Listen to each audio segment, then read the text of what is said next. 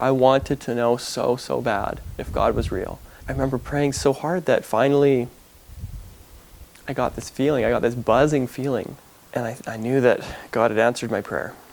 I remember those aren't just trees, those are trees that God made. And those aren't just mountains, those mountains, God made those mountains. And everything just started to change, my whole perspective started to change. Then I started preparing for my mission, and finally I got to go on my mission. I got called to serve in Japan. And tragically, at one point in my mission, news came that my dad had died.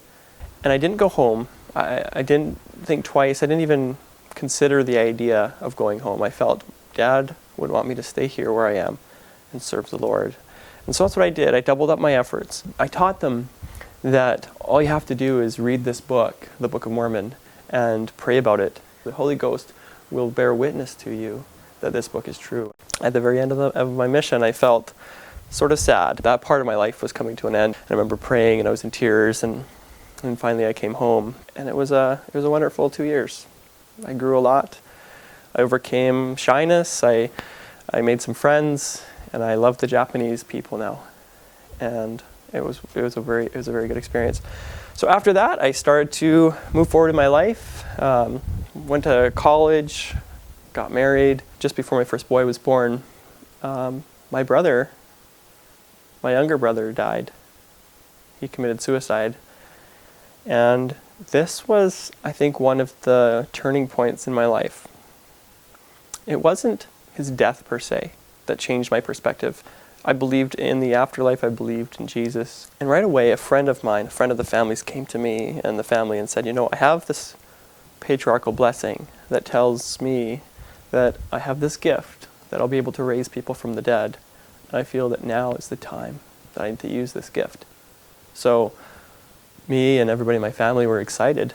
I was an extreme believer in the church. I knew that the Holy Ghost doesn't lie. The Holy Ghost is real. Here's this opportunity where God has come and said, it's hard enough. You've already lost your dad. Your mom has lost a husband. She doesn't need to lose her son. This is a time in your life when you're going to see a miracle. And here's somebody who has been blessed with the ability to raise someone from the dead. It was Sunday, and my mom was going to church, and she was praying, and she actually heard the voice of Jesus tell her that this priesthood blessing was going to work. It would be fine. Her son would be raised from the dead. This was reassurance to me because she told me, and my faith was through the roof. I was excited. I was like, this is the true church. This is why we're Mormon, because these miracles happen. This is what makes our church different. We have the power of God in our church. And so it was one of those amazing moments in my life where I was very much expecting a miracle. We were very excited. We fasted, we prayed. So when we laid our hands on his head and nothing happened, I was a little bit disappointed. But I thought, well, he's cold, he's in the morgue, he's frozen. We need to thaw him out first and try again. So later we took him to the funeral home. We got a few more faithful members that believed that this priesthood blessing would work. We laid our hands on his head again and blessed him to rise from the dead. And I remember it didn't happen, and of course to this day he's still dead. So it was disappointing. And as everybody does in the church, we take these moments to say, people of weak faith would fall away at these points. So we will be strong. We will be strong and we will move forward.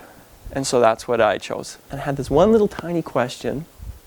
Why did Jesus tell my mom that my brother was going to be raised from the dead from this priesthood blessing, if in fact that was not going to occur? Just this one little nagging question, because sure, maybe my brother has his free agency and he didn't want to come back, or maybe he wanted to be with his dad, all this, but Jesus should have known. If it's Jesus talking, he knows things that we don't know. He's God. So why would he come down and comfort my mother if this was not going to occur? Just this one little nagging question. We took a vacation and we needed a little break from this whole experience. And I remember sitting down, I was talking to one of my brothers, my older brother, Dwayne. This one little thought occurred to me as I was talking to my brother. Do we forget on purpose? Do we forget certain parts of our lives just so that we can maintain faith? He thought maybe that's what we sometimes do. And I didn't really know. I thought, maybe we do that? Maybe we don't? It makes sense. I just asked my mother, I'm like, do you remember that revelation you got when you're at sacrament meeting and Jesus told you that this priesthood blessing was going to work? Do you remember that moment? And she said no. And that was a little bit earth-shattering. Here's Jesus talking to my mom, and she didn't remember. And I thought, why would you forget that? Unless we always do that. Maybe we're always forgetting those moments that contradict, just so that we can maintain our faith. And then I started finding memories coming back to me in my life. Here's a memory that I shoved aside. I went to the temple for the first time. This is with my parents when I got my endowments. And the experience was, to be honest, a frightening, terrible experience. I remember being in tears that day. I had forgotten my whole mission. I hadn't thought about it after my mission, after I got married in the temple. I hadn't thought about this. It seems that I had been purposefully or subconsciously neglecting a whole side of my life. I've been selectively forgetting certain parts of the equation. My older brother left the church, and he was somebody I really looked up to. He's a very intelligent person. He's a really good person. He was always like, to me, he seemed like Nephi. He always did the right thing. He always made the right decisions. And he left the church. And I thought, why? Why would he leave the church? This thing is true. He served a 2-year mission and he left. I felt so bad. And I talked to him over the course of a few months, and I tried to help him. I tried to bring him back into the fold. I knew that I couldn't get through to him if I came across as, I know more than you. You need to repent. So I just told him straight out, I don't know everything. Maybe you are right and maybe I am wrong, or maybe I am right and you are wrong. But it can't be both. It can't be both ways. This church is either true or it's either false. And if it's false, I will leave it.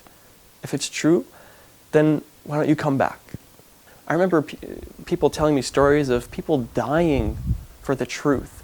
Pioneers, martyrs, people that died for the truth. That was driven into my brain since a young age, and I wanted to do that. I wanted to follow the truth no matter what, no matter how much it hurt. I wanted to follow the truth. That's how committed I was to the truth.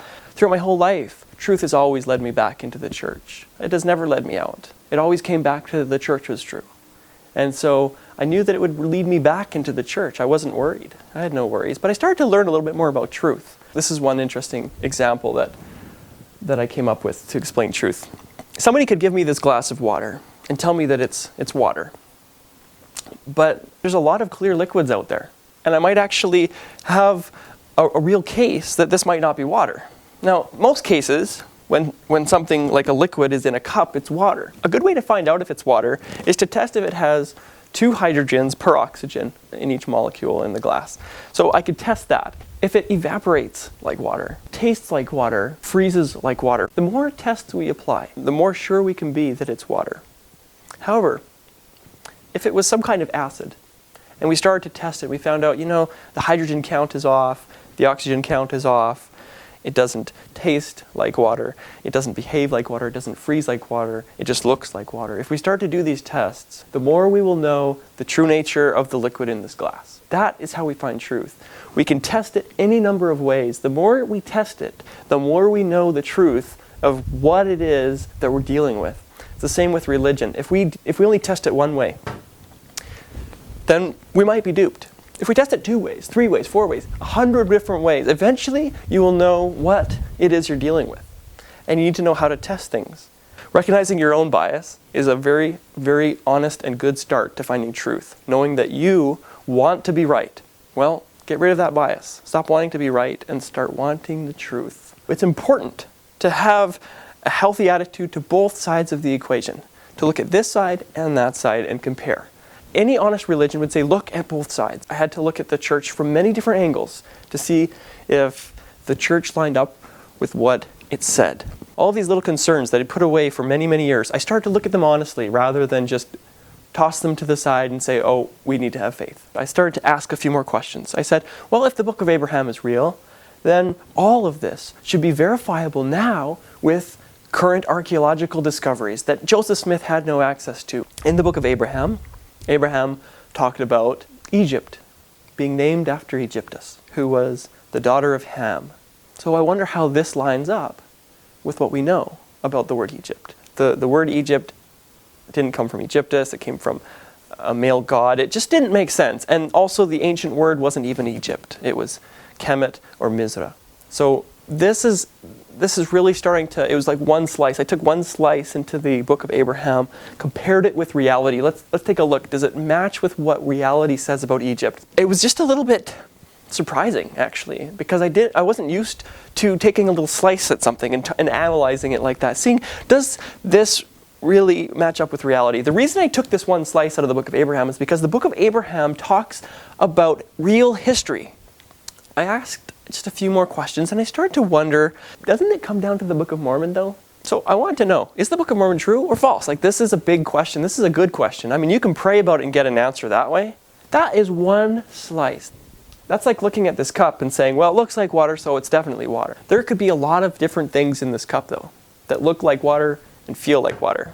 So you can't take one slice and say that's it. In fact, taking that one slice is actually very deceptive. To take a book and say, because I read this book and I prayed about it and I got a good feeling, it's true. Because historically there have been other books, including the Book of Jeronic, the Mentana Archives, the Quran. Other people have read other books, prayed about other books, and they have received confirmation that these other books are true, and they completely contradict the Book of Mormon or the LDS Church or a number of other things. And so you can't do that and say that that's all you need to know that the church is true. Because if that method tells you that contradictory books are also true, then you know that method is flawed. And so that has a whole bunch of issues with it in and of itself. Like, why do we use that method if it doesn't really work? But put that off onto the side for a minute. That's one slice. You can take a slice of the Book of Mormon that way and say, well, you can pray about it and feel good. Is that enough? There's a lot of other slices you could take out of the Book of Mormon to test it. Because the book claims that it's real history. They're not claiming it's a fairy tale. They're not claiming it's a parable. They're claiming that this is a true book. This is the foundation of the LDS Church. So I had to take other slices. I can't just take one slice, one analysis and say, yep, it's true because I prayed about it. There's got to be more to it than that. So I started to look at it. Well, what else can we test? And I ended up finding a DVD called DNA Evidence for the Book of Mormon Geography. And I found this to be my lifeline, because I needed something solid to base my faith in. So I watched this DVD, and I felt so good. By the end of it, I felt, finally somebody is talking sense. Finally, somebody has got a good case for the Book of Mormon being true. And I started to look into it a little bit more. And the DNA that this man was proposing was supposed to be Nephite DNA, has a huge problem. The time was off, the DNA was off. I mean, the DNA didn't even fit. So here I am again, looking at the Book of Mormon, and I'm like, now I have no DNA evidence. So how does God take a whole civilization and plop it onto a land and then erase every trace of their DNA? And then give us a book and say, just pray about it. And you can get a good feeling, just like all these other books, you can get good feelings. Like, this is really starting to feel weak to me. So I started to wonder, is there any other way I can slice the Book of Mormon and maybe compare it? I was starting to get desperate.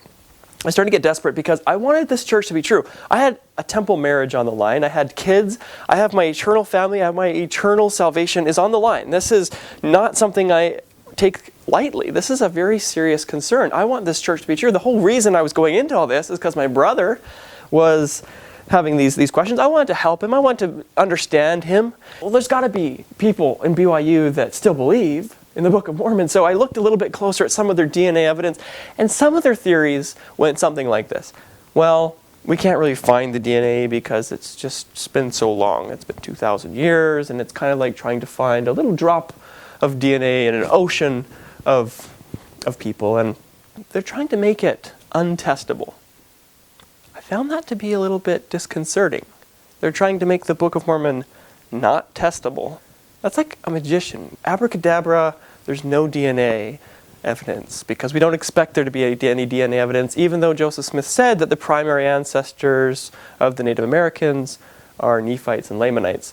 What else is there? Is there anything substantial that can really back up the Book of Mormon? Truth doesn't contradict itself. Truth doesn't contradict reality. There's only two explanations. Either the Book of Mormon is true or it's false. So if it's not a true history, then it would be based on what? If a scam artist or a fraudster was writing the Book of Mormon, what type of mistakes would they maybe make, even if they're very smart? What would they overlook? What could they perhaps not see? What blind spots would a con artist have back in the 1800s? The Book of Mormon actually lifts parts of the King James Version of the Bible and inserts it into the Book of Mormon. So here's the litmus test. Here's the ultimate test. Here's the way to slice it. The King James Version of the Bible has certain errors that show up in the Book of Mormon. Why would they have the same errors as a contemporary version of the Bible?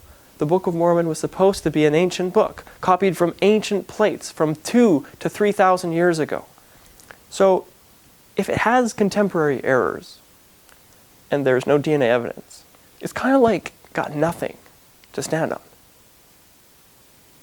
And that's when my life started to completely fall apart. I didn't want that answer. I wanted it to be true.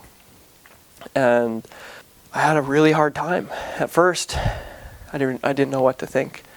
It's like my whole life was, why was I alive? What was I living for? This whole thing, it all started to feel like, well, this is worthless, this whole life. What is my wife going to think? Is she even going to listen to me if I tell her this stuff? Nobody wants to know this. Everybody wants the church to be true so they can live with their family forever. So here I was, basically at the edge of a cliff. It felt like I was just teetering over the edge of this cliff, and I was taught my whole life, if you fall away, you'll turn evil, you'll be in the devil's hands. All of these fears started coming over me, and I started feeling like, well, what do I do? If the church isn't false, all that stuff doesn't matter, but I still feel like I'm doing the wrong thing. It's like you're taught against this your whole life. You're taught that this moment is the moment where you're supposed to say, no, I've been tricked by the devil, come back into the arms of Jesus. But I couldn't, because the evidence was blatant and it was there in my face. If I was an outsider looking into the LDS church and I saw, okay, no DNA evidence for this book is completely fraudulent as far as copying errors into it from a contemporary source. I mean, what is this thing? No outsider that knew that information would jump in and say, yeah, it's true. And so here I am, basically full of emotion. I remember feeling really, really angry, extremely, extremely angry. And I felt like my life was over. And then things started to get better and better and better. And I just want to explain a little bit about that, because I know there's a lot of other people out there that probably just found out. And they're probably still trying to figure out what to do with themselves. I'm not going to tell you what church to join. I'm not going to tell you what's true. But I can give you a little bit of hope. It gets better. It gets way better. I started to turn to science and technology. I started to learn a little bit about, well, how does science work? I knew from a kid, what the scientific method was, but for the first time in my life, it became extremely relevant and extremely useful. And I started to realize a whole new world. Things slowly got better. Very slowly at first, because I didn't know where to go. I didn't know where to turn to. I didn't really have any friends outside of the church. I felt extremely lonely. I felt like nobody understood me. And there were times when it felt like I was going to possibly lose my wife. Maybe I would lose my family. I didn't. It was such a mess. I feel so glad to be where I'm at now. Things do get better. I'll tell you, it took about a year maybe to really get myself back back together. I started to figure out what life, for me at least, is about. I started to realize that we don't need to be told what our life is about. Something from within me start to guide me in my life, rather than something on the outside manipulating me and moving me and trying to do things. And I'm talking about the church as an organization, giving you callings or telling you what you can or can't wear or say or do. And it just kind of feels like there's always these guidelines that try to manipulate you into a certain kind of way in a certain position. But then I started to be genuine and just be me. And I felt at peace. Some of the loneliness started disappearing right away as I started to reach out and say, hey, what do you do on Sunday? I mean, what do you do if you don't have a religion? And started to learn, like, people actually have great lives outside of religion. You know, they tell their kids, you know, the boogeyman's going to get you if you do that, so you better smarten up. And you think of that, and you think of that same message that the leaders of the church or other churches, religions in general, are telling us, better smarten up because there's this boogeyman to get you. And then you start realizing the best, it's just, okay, it's the happiest thing. There's no Satan. Like, it's just like, boom, all of a sudden, the boogeyman's gone. This fictitious character hiding behind the shadows, all of a sudden, he's gone. And I'm like, there's all my stress. Like, nothing is going to get you. Woohoo! Like, you just want to climb up on the top of the roof and scream, but there you have it. And that was one of the happiest moments. I love telling people that, but people in the church just kind of look at me like, okay, this guy is a little too much, you know, like, he's too happy that there's no devil.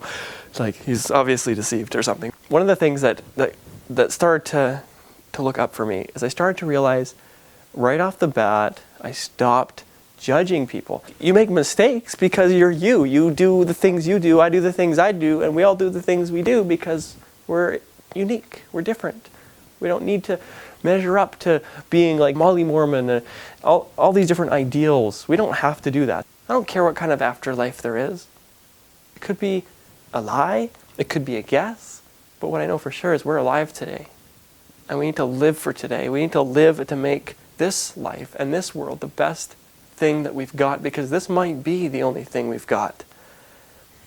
And that makes me excited because I see progress like never before. The church taught me that this world is corrupt and doomed to destruction. The internet is changing the world. Our technology is making us live longer, happier lives. We are in the best age that we've ever been in, and it continues to get better. This is the best time to be alive. And I want to make this even better for our children and our children's children. This is what I live for. When people say, well, what do you have as a purpose? Once you've left Mormonism, what do you have? If you're going to die, that's it. So why do you live? Why do you even care? And I say, because I care more now. I care a lot more now. Because this life matters more now than it ever did. And my children's lives and their children's lives and this planet. We are here together, and this life is important to me. I'm filled with hope. I'm filled with a love for life and a gratitude that is much, much deeper than I ever had when I was a member of the church. My name is Chris.